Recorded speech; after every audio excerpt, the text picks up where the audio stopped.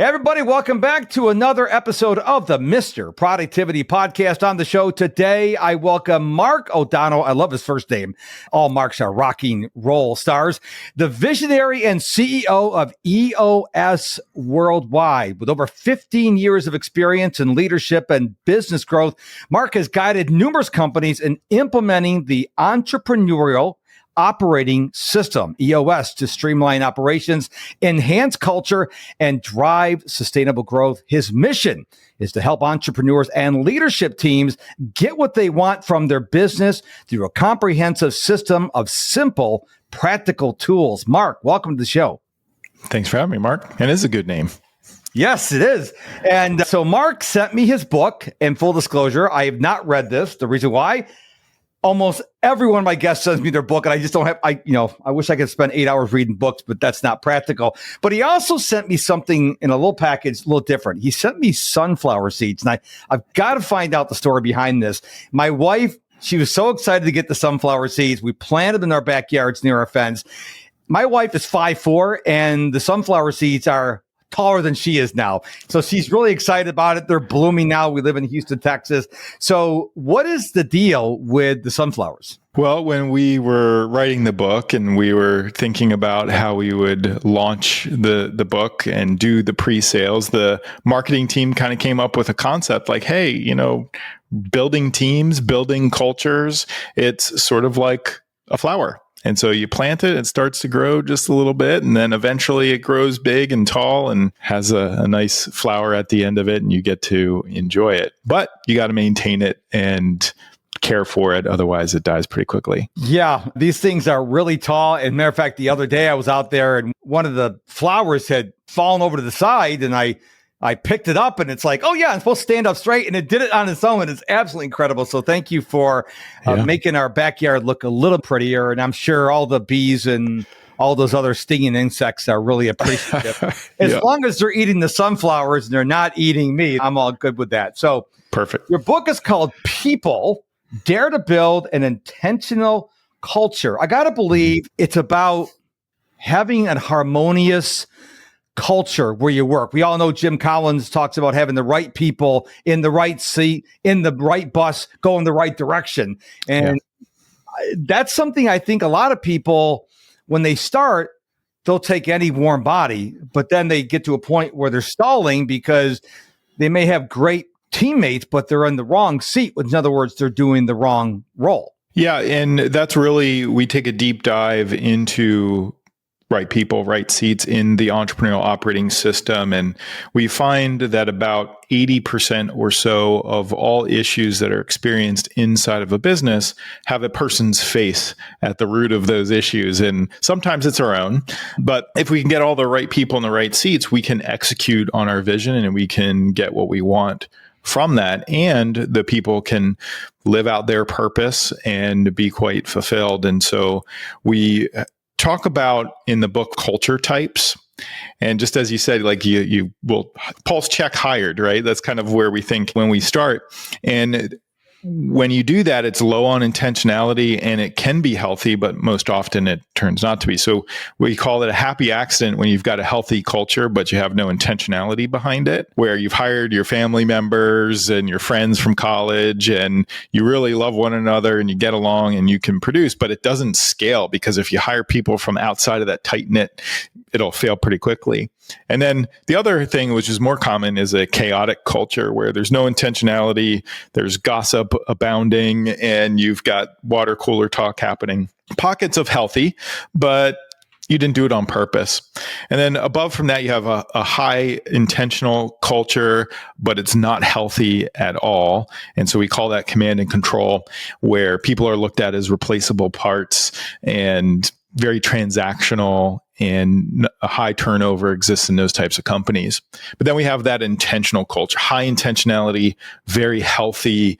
And that's where we're trying to get companies to build that intentional culture that endures any market, any economy, any changes that are occurring from a technological perspective. And that's what intentional culture is all about. You mentioned something I don't think a lot of people spend a lot of time thinking about, and that's we could be in the wrong seat. We are the owner, maybe we're the solopreneur. And I'll give you a real life example. My wife works with me in the business. And so I will record this interview with you. And then once I hit stop recording and we disconnect the call, she handles everything from there. She does the editing. She puts it up on Spotify. She puts it up on LinkedIn. She does everything because that's not what I should be doing. I am the face of the brand. I am Mr. Productivity. So I do content creation.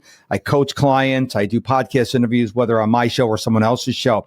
And what happens is if I get lazy, I start getting away from my core responsibilities, what I'm really good at, start doing her job. And fortunately, she will come up to me and say, what are you doing? Why are you working on the website? Why are you doing this, that, and the other thing? Because that's not what I should be doing. And I think whether you're a solopreneur or you're an entrepreneur, the small team or a big team, you need to figure out what you should be doing.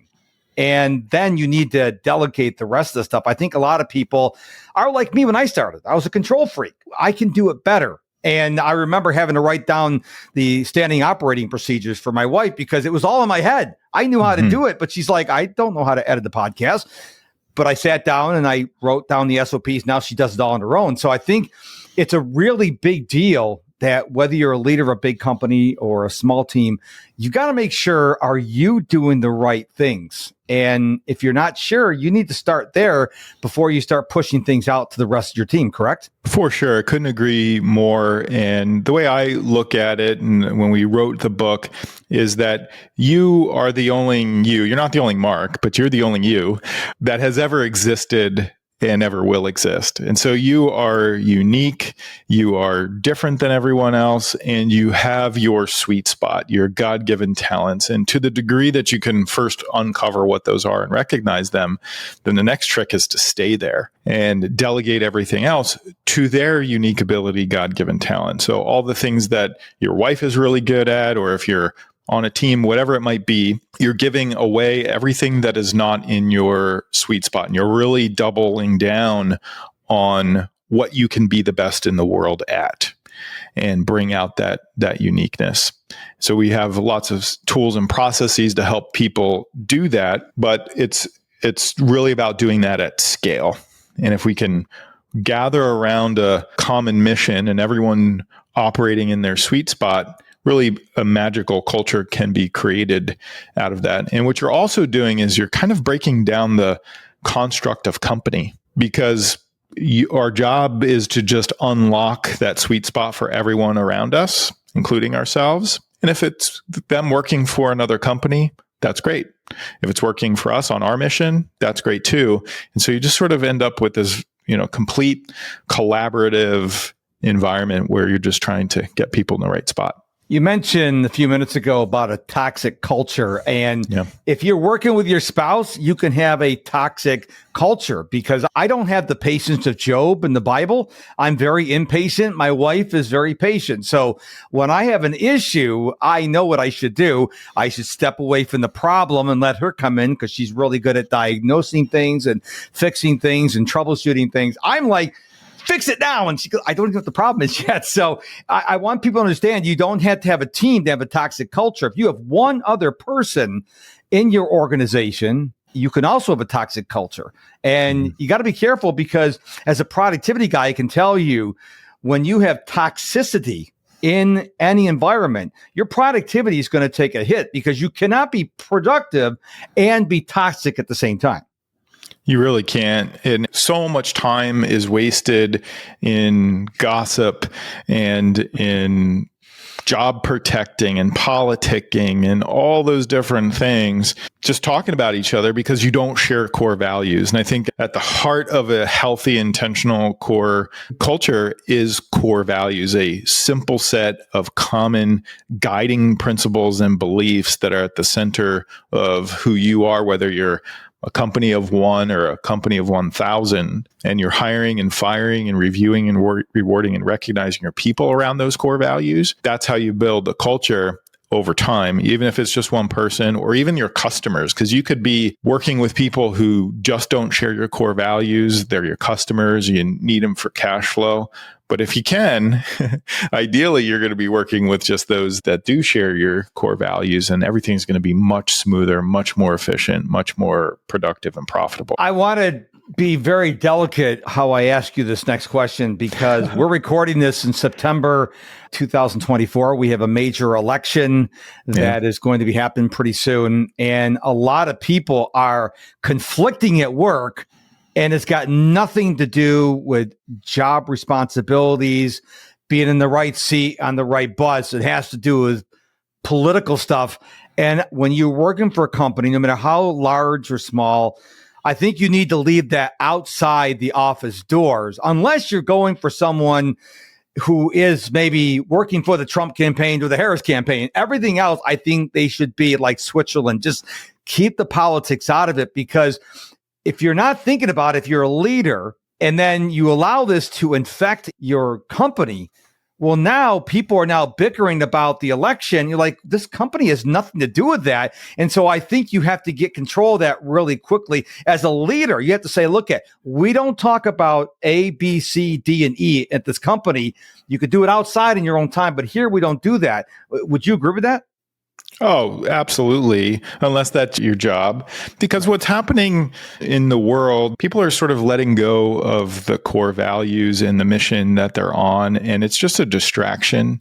Mm-hmm. It is outside of why you were put here on this earth to do a particular thing with your purpose, your cause, your passion as a company. The rest is just noise. And so when you put, and with politics in general, it's obviously a measure of control, but it's really, how do we accomplish the goal? How do we live out these core values? How do we execute on this mission, assuming we're on the same one? The rest is just noise.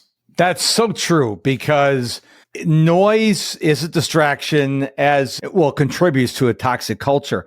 Mm-hmm. And I believe it's got to start with the leader. So I'm a big European football fan, and I was watching a match recently where the referee didn't. And as a result, players started doing things they normally wouldn't have done, because they figured, well, Johnny did it, so I can do it.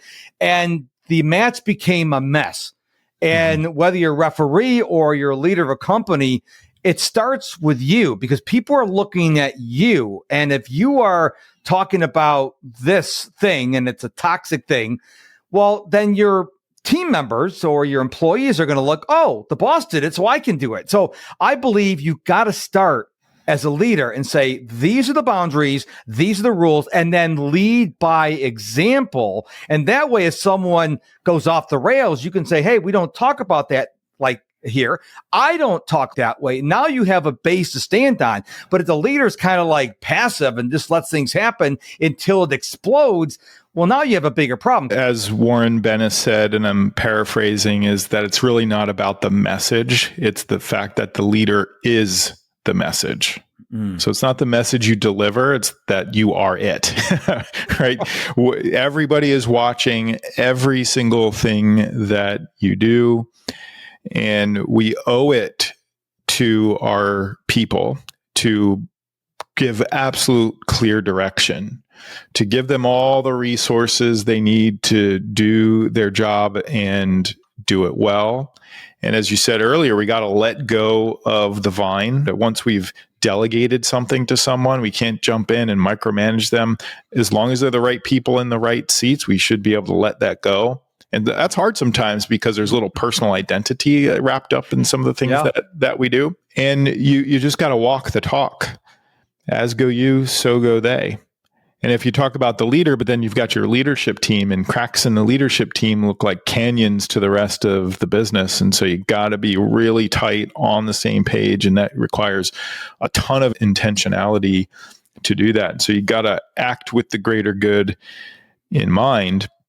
And what I mean by the greater good is we use a 2-page strategic vision and plan called the Vision Traction Organizer. And you've got to have that clearly articulated. And it's really multiplied by every word of the VTO and genuine care and concern for each one of your people. So same page on the vision, absolute clarity, and it's multiplied by genuine care and concern for every one of your people. And that's what the greater good is all about inside your business. And if you take that approach, everyone is crystal clear on where you're going, how you're going to get there. And they know you care about them and finding and unlocking their full potential, whether it's with you or with somebody else. I was fired back in July 2005 from my corporate job, so I have not worked in the corporate environment since then. But I don't remember there being as much diversity when I was working in corporate America. I mean, maybe I was blind to it. I don't know.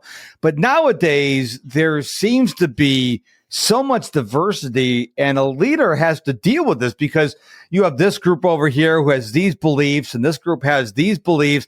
And of course, the more people you have on your team, the more diversity issues you may have. And I think that's something that is going to take someone with a lot of skill and leadership. So I don't believe just anybody can be a leader. You got to be able to navigate the sea of diversity that we live in here in 2024. Yeah. And I think when I think about that as a leader, it's really, again, as I said earlier, the acknowledgement that every human is the only one of them and that has ever existed and ever will.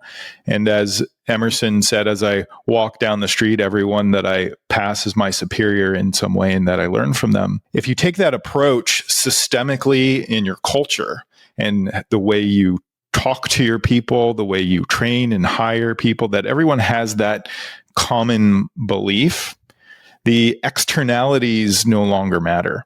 And it's just finding fit within the company so that we can bring out the best in everyone. And you're managing each person the same, but very much as an individual with unique talents and gifts that we're trying to bring out, if that makes sense.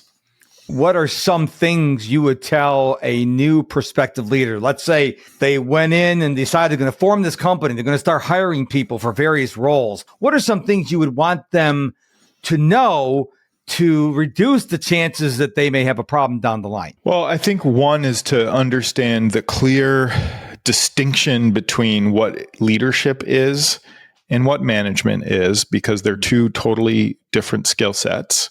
And not everybody is hardwired to be able to do both equally well. Most entrepreneurs are very, very good at leadership, pretty darn poor at management and holding people accountable. And if you can do management really well and leadership really well, people will become accountable. So to understand the distinction between those two, I think is really important. And the second thing I would say is know thyself, because you can't manage your people, you can't lead your people if you don't really understand where you start and where you stop. You can only know other people in direct proportion to that which you know yourself. So do the work to understand who you are and where your strengths are, and amplify those strengths and delegate the weaknesses to the best of your ability. You mentioned something a few minutes ago in passing, and I want to go back to it, accountability. Yeah. I think accountability is so powerful because if you're not being held accountable to somebody, I don't think it's going to end well. So even if you're the leader, you need to have an accountability coach, a mentor, a board of directors, someone that's going to hold you accountable, because the worst thing you can do, in my opinion, and you probably know more about this than I do, if you're a leader and you're not held accountable, then you may start doing things that are not aligning with your vision. You may start doing things that your employees are going to rebel against because you're like, you hired me to do A, but now the mission's going over here and I'm confused. So I think accountability is required for anybody, whether you're a leader or you're just on the front lines. Yeah, I think that the way I talk about this and the way all of our EOS implementers talk about this is that accountability isn't something you do to someone. It is a result of great leadership and great management. So great leadership plus great management equals accountability. And it does start with your ability to be consistent, to walk the talk, as I said. And I think that there's 5 things you got to do to be a great leader, and there's 5 things you got to do to be a great manager. Number 1, to be a great leader, you got to give clear direction. Totally clear direction. You have that compelling vision. You're providing necessary tools, the resources, because once everyone's clear on where you're going and how you're going to get there, you got to provide them with the tools, the training, the tech, the people, your time and attention that you're spending with your folks. You're letting go of the vine. You're delegating, as I said. You're acting with the greater good in mind. And then you're taking what we refer to as clarity breaks, just getting out from the fray, all the noise that's going on. You just go and journal, sit by a lake and just let the thoughts flow, get really clear and simplify your thoughts as opposed to all the stuff that's going on. You could kind of get pretty tangled up, and then you're not going to communicate very clearly. So those are the 5 core things to be a great leader. And of course, there's like 100,000 books on leadership here. So it's kind of simplifying it down. And then for management, you got to keep your expectations crystal clear, what yours are for the company, what your direct reports' expectations are. You're communicating well. I think George Bernard Shaw said the biggest issue in communication is the illusion that it occurred. So what's on each other's mind? You have no assumptions whatsoever. You have the right meeting pulse. You're meeting regularly. You're not letting people off. You have a clear meeting pulse. And so you have that regular quarterly conversation going on. And then I think the last thing is that you're rewarding and recognizing your people. So you're observing those core values that we talked about, the good behaviors, and you are really rewarding people and praising them in public, and you're criticizing and correcting them in private. As a result of doing those 10 total things, you're going to end up to have a very accountable company and team. It's a little bit about self-leadership and self-management as well.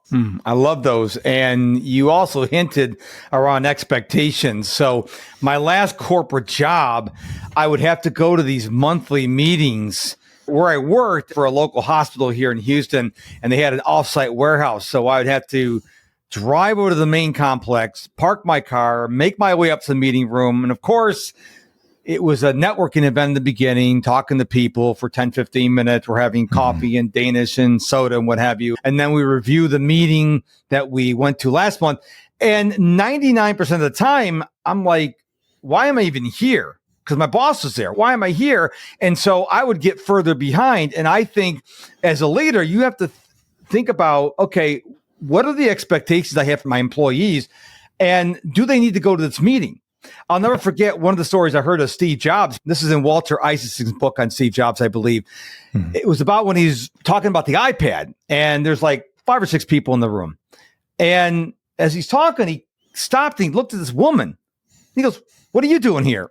That's not a good leadership model there. But she says, "Well, my boss told me to come here." And he goes, "Well, we will not be needing you." And he waited for her to get up and leave, because Steve knew that you only have the people who absolutely need to be in the meeting and nobody else, because you have more people.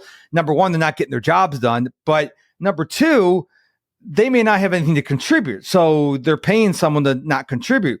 So I think as a leader, before you start having meetings and you have someone who's a meeting planner who sets up all your corporate meetings or whatever, you got to sit there and say, okay, what's the expectation for this meeting?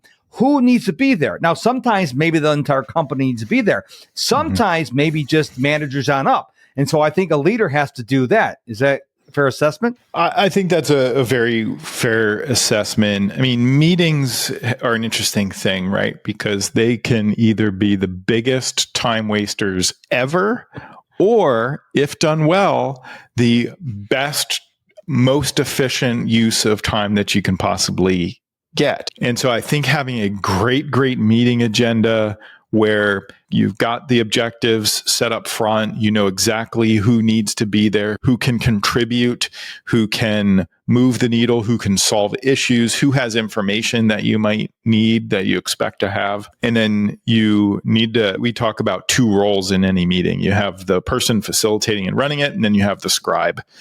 And if you rely on one person to do both, it's kind of very difficult to do. And there's basically dead space while they're writing instead of talking. And so, it's highly inefficient. But if you spend half the time of your meeting creating an issues list and solving those issues at the root so they go away forever, creating to-dos that come out of those solves with 7-day actions, exactly who's doing what for the next 7 days, you're going to have a highly, highly efficient, highly productive meeting. But if you don't do those things, what people tend to do is they just discuss the living daylights out of things. Yep. Maybe it's cathartic, I guess, and they kind of feel good and like the experience, but they never got anything done, never solved anything. And so those issues just keep on coming back to haunt you again and again, over and over. And, meetings tend to be spectator sports as well. And people like to bring their laptops into meetings, which I always find fun. And the reality is they're bringing their laptop so they can do other work while other people talk.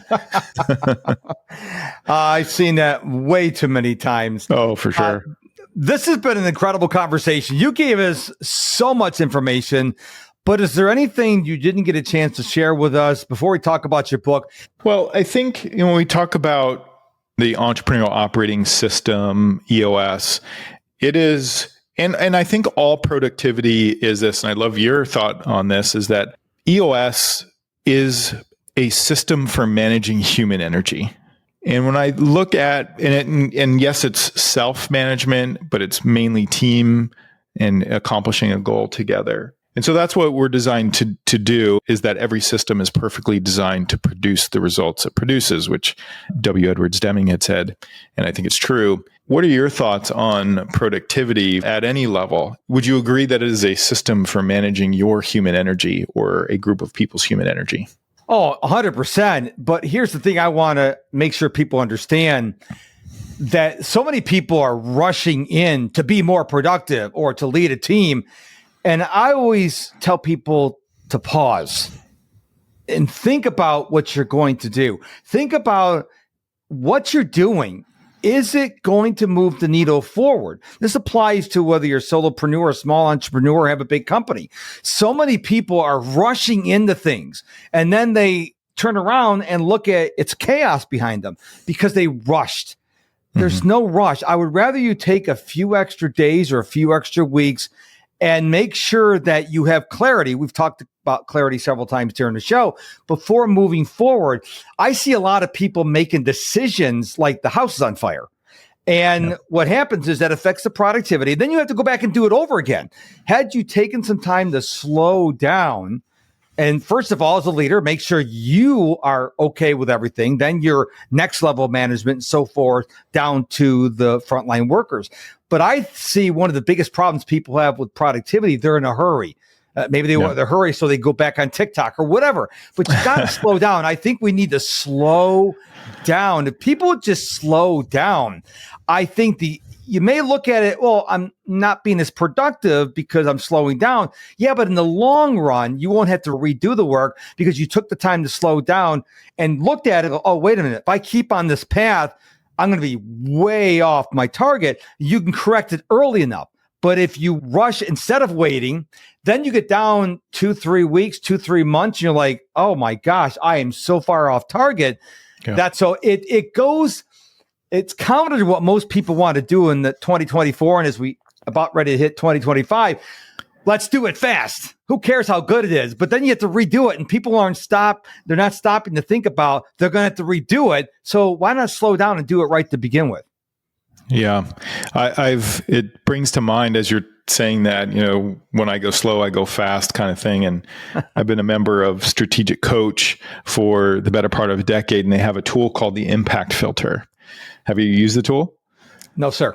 Yeah, it is. So you start off with, what's the project? And then you say, okay, well, what's the impact that this is going to have? What's the ideal outcome? What does the successful end look like? What's the worst thing that can happen if I don't do this? What's the best thing that can happen if I do? And then listing out 8 success criteria. And I think it's so powerful because what ends up happening when I do this activity, you're really selling yourself first on this particular idea. And I can't tell you how many times I get to the end, I'm like, this is a really stupid idea. Like, I'm just not going to do this. But in the past, I would have just pushed it forward and started working on it week, 2 weeks doing it, only to find out like, oh, well, that was dumb. And this way you kind of save yourself and the team some pain and suffering by selling yourself on the idea before you get started.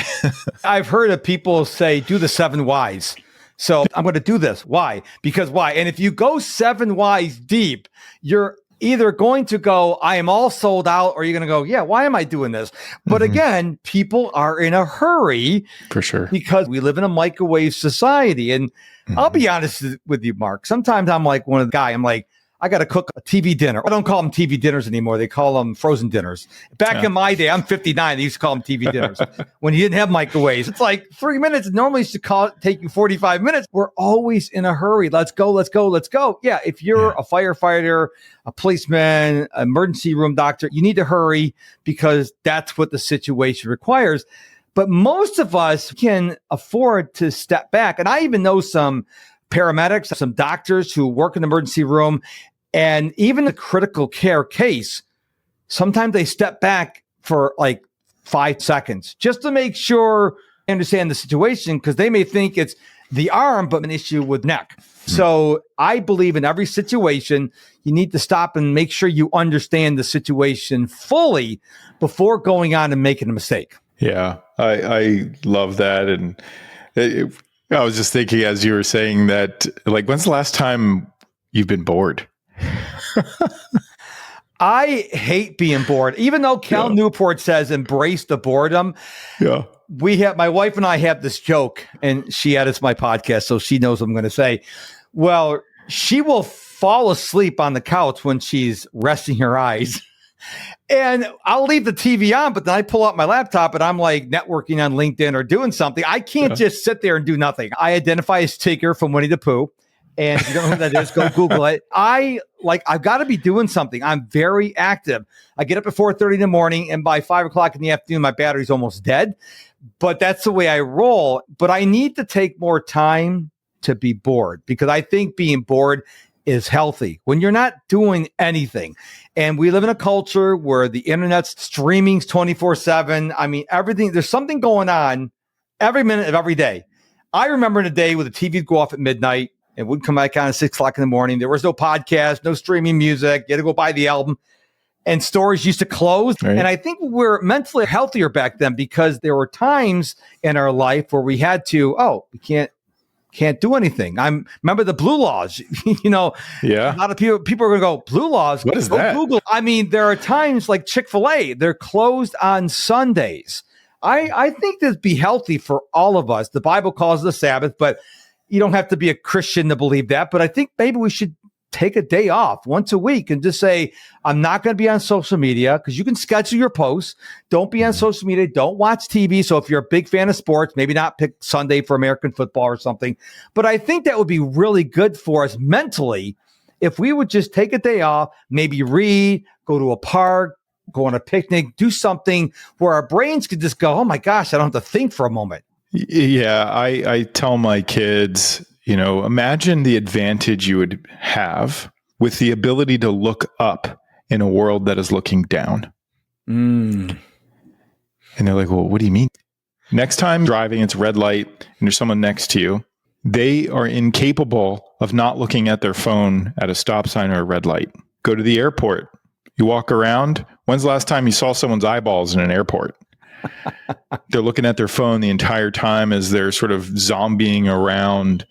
And so my thought is, to your point, imagine the advantage you'd have being able to look up, to be able to be bored in a world that is looking down and not thinking deeply about anything. And I read a book recently called The Ruthless Elimination of Hurry by John Mark Comer. And it can be a life-changing book, and some people are not going to agree with everything that's in there, of course, but he does talk about taking a Sabbath, putting your phone away for a 24-hour period, and kind of what happened to him in his journey doing that, it would create an advantage where you can look up in a world that's looking down.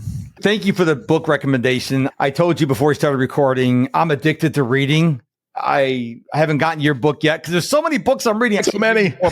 I'm reading 4 books right now, and I just love reading. And I live in Houston, so I like going out in my backyard, taking my shirt off, letting the sun hit my skin, putting the bare feet on the ground and reading. It's just so magical. And in the world that is moving at warp speed, I think there's something to be said about just not doing anything. And a lot of people are like, but no, you need, because this is the epidemic. People are always doing something where our bodies, we have pains and we have aches and we have, heart, chest pains, whatever.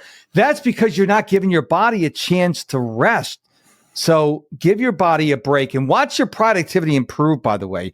And again, The Ruthless Elimination of Hurry. I'm going to pick that book up because I don't go to Amazon for my book recommendations. I get it from people like you because you've read the book and you recommended it. So I'll go pick it up. So thank you for that. Yeah. The book is called People Dare to Build an Intentional Culture.